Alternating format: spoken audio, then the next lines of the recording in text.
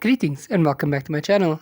Today we're looking at the 2008 fantasy film Spiderwick Chronicles, directed by Mark Waters and starring Freddie Highmore, Seth Rogen, and Nick Nolte. Let's begin.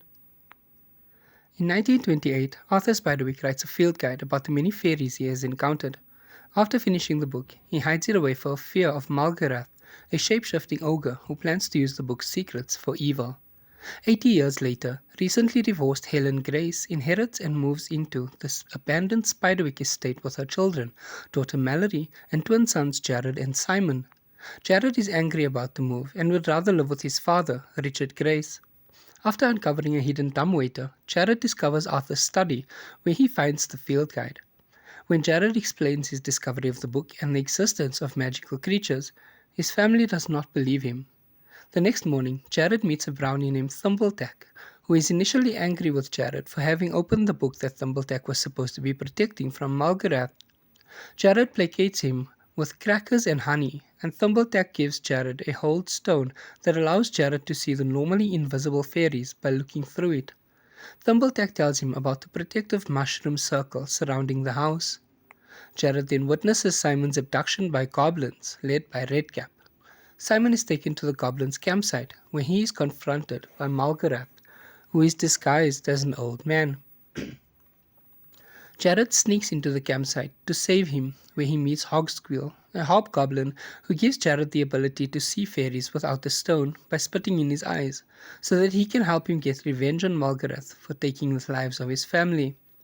Bolger releases Simon so he can fetch the book for him. Jared finds Simon and both fight over the book before they are chased by the goblins.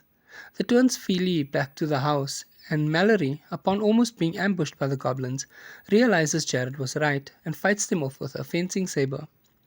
After failing to try and burn the book due to a protective spell over it, the children decide to visit Arthur's daughter, their great-aunt Lucinda Spiderwick, for advice. While Simon distracts the goblins, Mallory and Jared take the book and escape through an underground tunnel.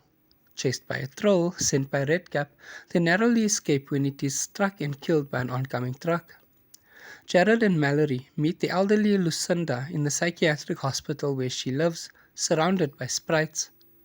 She tells the children that they need to find her father and have him destroy the book, and that for 80 years Arthur has been held captive by the sylphs.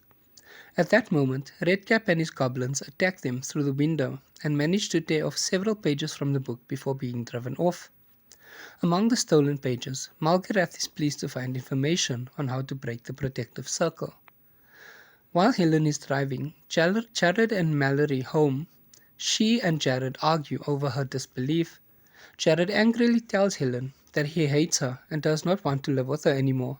Later, Hogsquill, having overheard Bolger's plan, informs the children while also giving Simon and Mallory the ability to see fairies as well. Jared then tries to call his father again, but a sympathetic Mallory tells him that their father has moved in with another woman after his and Helen's divorce and will not be coming for him, causing a heartbroken Jared to regret his angry words to Helen earlier. Jared, Simon and Mallory then use the book to summon a griffin, which takes them to the sylph's realm. There they meet Arthur, who has not aged and is unaware of the time he has spent there. Jared asks him to destroy the book, only to find out that Thimbletack had switched the pages with a cookbook and kept the real book. Arthur is relieved until Jared tells him that Bolger knows how to break the protective circle. Arthur informs Jared that the sylphs will not allow them to leave, as they, like him, know too much about the fairies. Arthur helps them escape by distracting the sylphs with the fake book. At home, the children finally convince Helen of the truth when they save her from the goblins' attempted ambush, and then she sees Thimbletack upon her return home. Meanwhile, the goblins finish spreading their potion, which successfully breaks the circle as the full moon rises.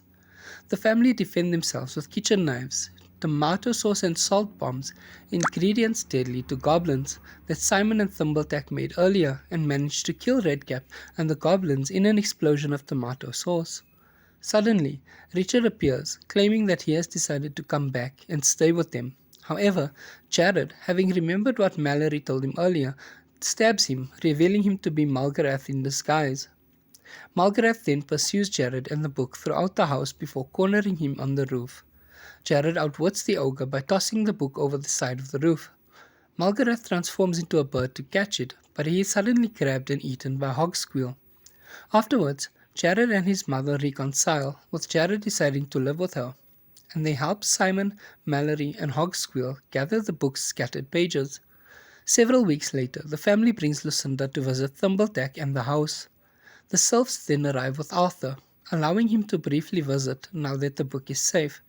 However, Arthur cannot stay as long as he will turn to dust if he remains.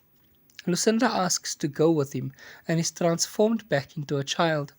The Grace family watch as the Sylphs spirit Arthur and Lucinda away before resuming their normal lives with Thumbledeck, Hogsquill, and the Griffin. If you enjoyed this video, please give it a thumbs up, leave a comment down below letting me know which movie you'd like to see me do next, and what you thought about this one. Thank you so much for watching. Take care, and goodbye.